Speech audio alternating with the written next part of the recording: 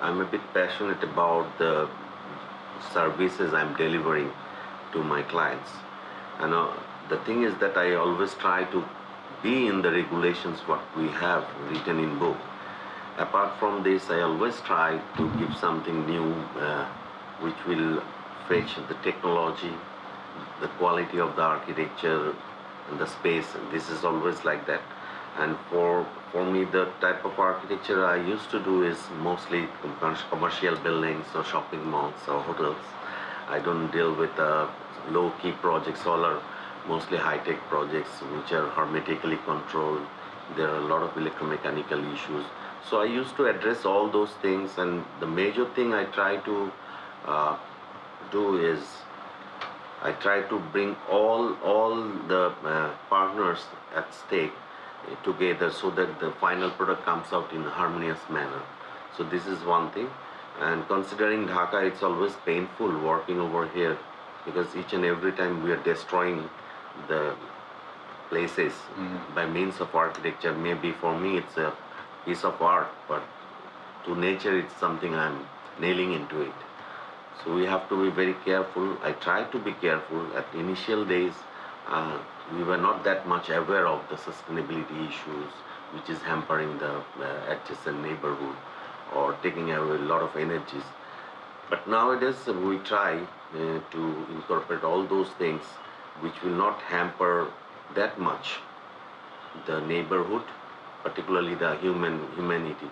So this is my concern of today's architecture. Being an architect for this sort of modern buildings, I had to compromise in both ways. I have to compromise some part to destroy the nature and to bring in this new building. This is the responsibility of the architect to handle both of them. You have to have your building over there. You have to match with the economy for sure. If we consider that architecture is not mere a piece of art, for somebody it's bringing in money. For somebody it's a place for living. So, in my opinion, the architect is the right person who can handle these issues. And the fortunate thing is that our clients are also taking this in positive manner. So they are also aware of the sustainability issues. So when we used to tell them these are the potentials you have when you put some more money at the initial stage, and in the operational life of this building you will save this much of amount. So then they accept. Because the amount they need to invest is very small. But in other hand, the responsibility of the architect when he starts designing, the very first designing lines, that uh, should be done in such a manner so that the end of the day, the architecture itself, without any help, any source of help, external means, can act sustainability.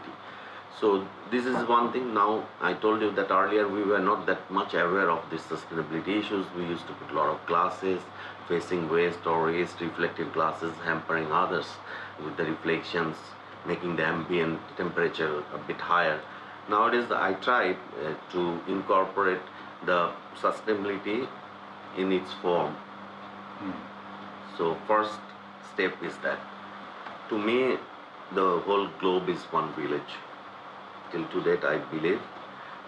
In many cases, we don't consider this sort of things like the cars we're using, everything, air conditioner, I have told you, everyone who is designing, considering the local context and everything, would be sitting inside an air-conditioned building. So this sort of thing, I'm a bit very straightforward about it, that I believe that one day this whole globe would be, culture is there. Culture is there. If you consider particularly the building, I don't find any route. Doing a high-rise building, where should this route be? When I'm designing a house or when I'm designing an apartment, obviously the essence of that particular structure of that house been derived from my origin, my courtyard, and we have those things, and gradually that has been derived into a modern living. We're at the transition. We have to take the Western style. We have to accommodate our local values as well. So we're designing this house. But when you consider a office building I'm designing, it's very difficult. It's very difficult to root it to what we had in our earlier stages in architecture. To me, the urbanization has started how many years back in this country, which is the oldest building, 100 years, 150 years old. And those are not our architecture, those are colonial architectures we have. So it's very difficult to make a mud high-rise building. I'm very straightforward, I'm very much open to accommodate anything coming new, whether it is from any part of the world, and as well as I need to address the present first, having some, it's like a looking mirror in your car.